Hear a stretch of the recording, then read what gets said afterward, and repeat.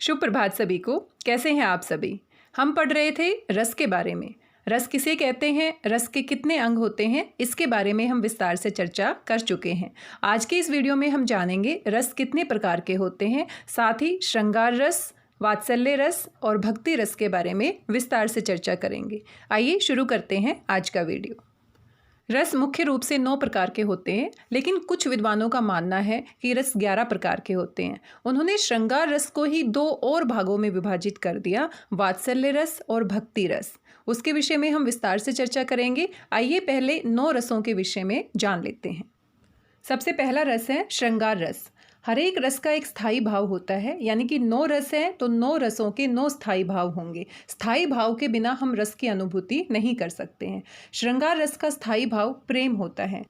प्रेम को ही व्यापक स्तर पर परिभाषित करने की वजह से कुछ विद्वानों ने माना कि प्रेम को हम 2 और भागों में विभाजित कर सकते हैं। भगवान का भक्त के प्रति जो प्रेम होता है वो श्रृंगार रस के प्रेम से भिन्न होता है। साथ ही माता पिता का बच्चे के लिए जो प्रेम होता है वो भी श्रृंगार रस के प्रेम से अलग होता है। इसी आधार पर उन्होंने भक्त के भगवान के प्रेम को भक्ति रस में विभाजित कर दिया और माता पिता के बच्चे के प्रति प्रेम को वात्सल्य रस में विभाजित कर दिया।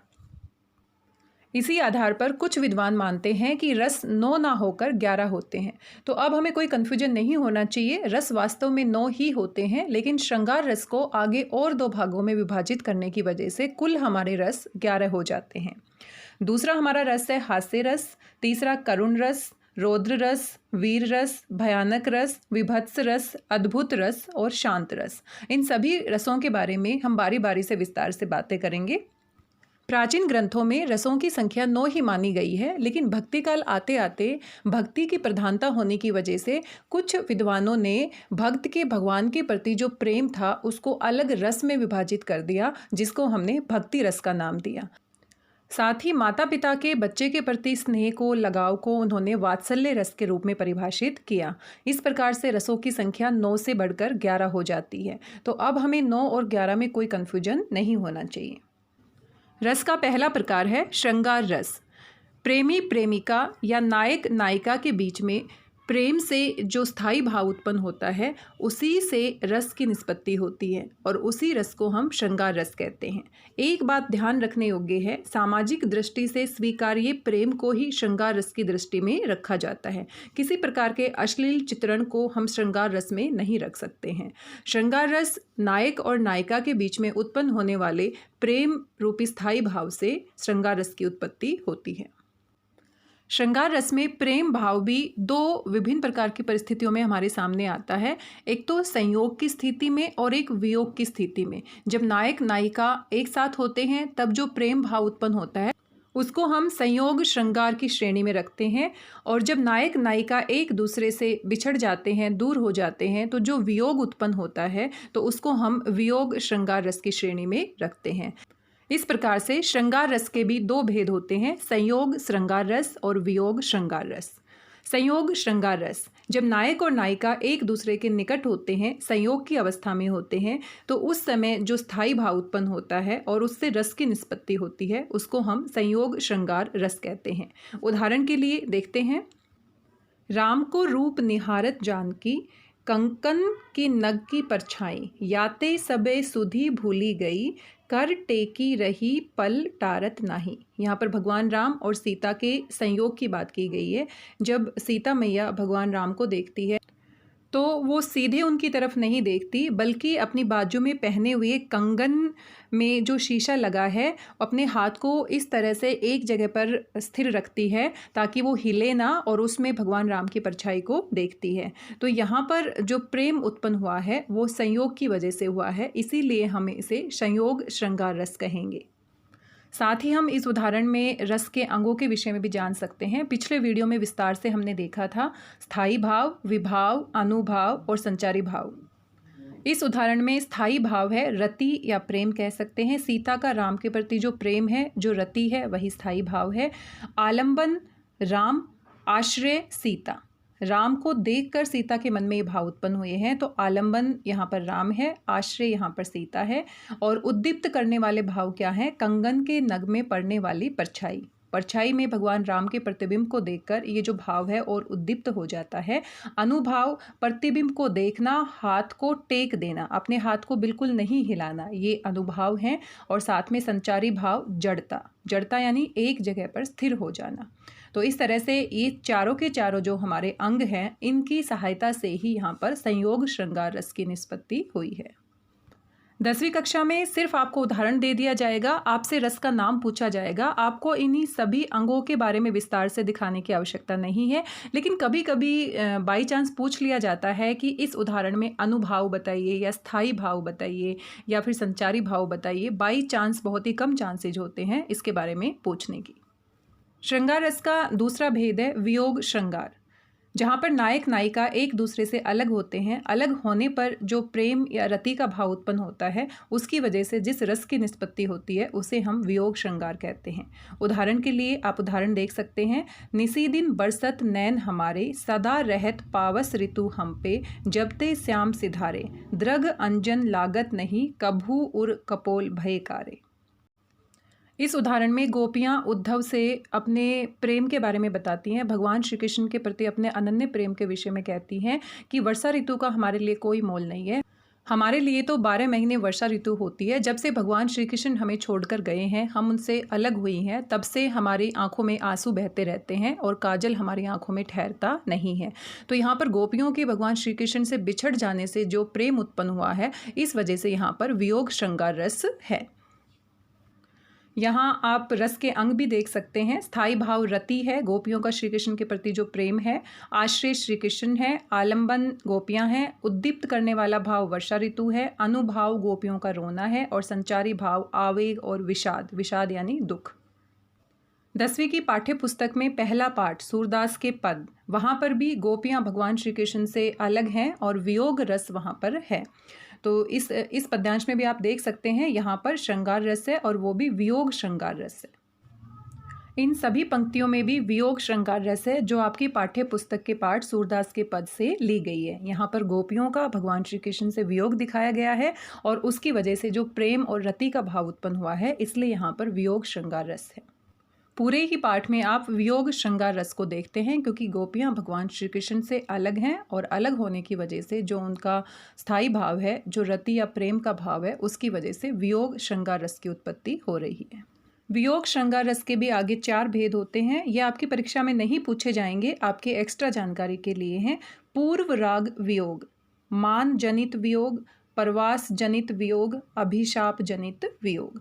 पूर्व राग वियोग में जब नायक और नायिका एक दूसरे से मिलने से पहले ही उसके विषय में सोचते हैं और जो प्रेम उनके मन में उत्पन्न होता है, उसी को पूर्व राग वियोग कहते हैं। मान नायक और नायिका रूठकर एक दूसरे से अलग हो जाएं, अपने अहम के कारण नायक ऊपर से रूठने का नाटक करें, तो इस तरह से जो मनाने का भाव होता है उसमें मान जनित वियोग होता है। परवास, मिलने के पश्चात नायक और नायिका का विदेश यात्रा के लिए तैयार होना या विदेश यात्रा पर चले जाने से मन में जो प्रेम भाव उत्पन्न होता है, उसी को परवास जनित वियोग श्रृंगार रस कहते हैं। और चौथा प्रकार है अभिशाप जनित वियोग। कभी कभी ऐसा होता है कि प्रेमी प्रेमिका को, नायक नायिका को कोई अभिशाप दे देता है, कोई श्राप देता है, और श्राप की वजह से उनमें जो वियोग उत्पन्न होता है, हमने पौराणिक कथाओं में देखा है। तो उसी अभिशाप से जो वियोग श्रृंगार रस की उत्पत्ति होती है। हमने जाना श्रृंगार रस के ही 2 और भेद हैं, वात्सल्य रस और भक्ति रस। माता पिता का या किसी बड़े व्यक्ति का संतान के प्रति, बच्चे के प्रति मन में जो प्रेम भाव उत्पन्न होता है, उसी को हम वात्सल्य भाव कहते हैं। और इसी आधार पर इस रस का नाम भी वात्सल्य रस रखा गया है। उदाहरण के लिए, यशोदा हरि पालने झुलावे, हलरावे दुलरावे, जोई सोई कछु गावे, यसुमती मन अभिलाष करे, कब मेरो लाल घुटरुवन रेंगे, कब धरनी पग द्वे धरे। इस उदाहरण में यशोदा मैया के मन में बालक श्री कृष्ण को देखकर जो वात्सल्य उत्पन्न होता है, जो प्रेम उत्पन्न होता है, वो अपने बच्चे को लोरी सुनाती है, पालने में झुलाती है और मन ही मन सपने देखती है कि कब मेरा लाल घुटनों के बल चलेगा, कब इस पृथ्वी पर चलेगा, अपने पैरों को रख के चलेगा। तो ये जो माँ के मन में ममता है, जो बच्चे को देखकर जो वात्सल्य उत्पन्न हुआ है, इसी को हम वात्सल्य रस कहते हैं। एक बात बहुत महत्वपूर्ण है, रस की पहचान हम तभी कर सकते हैं जब काव्यांश का हमें अर्थ समझ में आए, क्योंकि काव्य की जो पंक्तियाँ होती हैं वो साधारण पंक्तियों से अलग होती हैं। उनके अर्थ को समझने के लिए हमें थोड़ी मेहनत करनी पड़ती है। अगर आपको काव्यांश का, कविता का अर्थ समझ में आ जाता तो बड़ी आसानी से हम रस की पहचान कर सकते हैं, लेकिन अगर हमें काव्यांश का अर्थ समझ में नहीं आता तो रस का पता लगाना मुश्किल हो जाता है। आइए एक और उदाहरण देखते हैं। मैया मैं नहीं माखन खायो, भोर भय गयन के पाछे मधुबन मोही पठायो। बड़ा ही कॉमन उदाहरण है, आप सभी ने सुना होगा। यहाँ पर भी यशोदा मैया के मन में बालक श्री कृष्ण के प्रति वात्सल्य उत्पन्न होता है। वो किस प्रकार से झूठ बोलता है कि मैंने माखन नहीं खाया है, उसकी इन्हीं बातों से माँ के मन में प्रेम उत्पन्न होता है, इसीलिए यहाँ पर वात्सल्य रस है। साथ ही रस के अंग भी आप देख सकते हैं। स्थायी भाव शिशु परक स्नेह, बच्चे को देखकर जो स्नेह उत्पन्न हुआ है वो हमारा स्थायी भाव है। आश्रय यशोदा माता, श्रोता या पाठक। आलंबन श्री कृष्ण का रूप, माखन से सना हुआ उनका मुख। उद्दीपन में बाल तर्क, बचपन की जो बातें हैं भगवान श्री कृष्ण की। भोलापन, कितने भोले अंदाज में वो कहते हैं कि मैया मैंने माखन नहीं खाया। अनुभाव रोमांच, पुलक, गदगद होना, माँ इन सभी बातों को सुनकर और रोमांचित हो जाती है, खुश हो जाती है। संचारी भाव गर्व, मोह, चंचलता। तो इस तरह से रस के अंग जो हैं वो भी हम किसी रस में जान सकते हैं, लेकिन परीक्षा में सिर्फ आपसे यही पूछा जाएगा कि इन पंक्तियों में कौन सा रस है। श्रृंगार रस का दूसरा भेद है भक्ति रस। जैसा कि पहले ही हम पढ़ चुके हैं, ईश्वर के और भक्त के बीच में जो प्रेम होता है, भक्त का भगवान के प्रति जो अनन्य प्रेम होता है, उसी को हम भक्ति रस में रखते हैं। भक्त का अपने भगवान के प्रति जो प्रेम है वो चरम सीमा पर पहुंच जाता है, तो उस काव्य में, उस रचना में भक्ति रस की उत्पत्ति होती है। उदाहरण के लिए, चरण कमल बंदो हरिराई, जारी कृपा पंगु गिरी लंघे, अंधे को सब कुछ दर्शाई। इस उदाहरण में सूरदास जी का भगवान श्री कृष्ण के प्रति अनन्य प्रेम प्रकट हुआ है। सूरदास जी भगवान श्री कृष्ण के इतने बड़े भक्त हैं, उनको लगता है कि उनके चरणों की कृपा से जो लंगड़ा व्यक्ति है वो भी पर्वत को लांघ सकता है, अंधे को भी दिखाई देना शुरू हो सकता है। और आपको पता है सूरदास भी जन्म से अंधे थे और उनको भगवान श्री कृष्ण के जिस रूप के दर्शन होते थे उसी को देख देख कर उन्होंने इतनी अच्छी अच्छी रचनाएँ की हैं। ये सूरदास जी का प्रेम ही है जो उनको इतनी अच्छी रचनाएं करने के लिए प्रेरित कर रहा था, इसलिए यहाँ पर भक्ति रस है। यहाँ पर आप सूरदास और तुलसीदास जी के दो दोहे देख सकते हैं, जहाँ पर वात्सल्य रस और भक्ति रस है। साथ में श्रृंगार रस को रसराज या रसपति भी कहा जाता है, रसों का राजा भी कहा जाता है। नाटक में 8 ही रस माने जाते हैं। नाटक में शांत रस को नहीं गिना जाता। भरत मुनि जो संस्कृत के बहुत बड़े आचार्य हुए हैं, उन्होंने रसों की संख्या 8 मानी है। श्रृंगार रस के व्यापक दायरे में वात्सल्य रस और भक्ति रस को भी मान लिया गया है, तो अब इनकी संख्या 9 से बढ़कर 11 हो गई है।